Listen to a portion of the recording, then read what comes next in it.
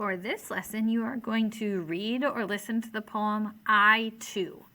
You can see the title right here. So like me, like I also, that sort of too.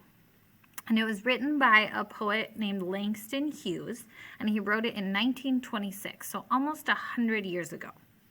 Your job, after you read it or listen to it, is to answer, how is this poem still relevant today? What does it still matter? Does it still apply, or is it like, nope, we're done with that, we've figured it out, we've moved past that? Or how can we still apply it to our lives even though it was written almost 100 years ago? Now, he was alive during the Harlem Renaissance, so go ahead and watch this video after you're done with this one to give you some background before you either read the poem with this link or listen to the poem with this link.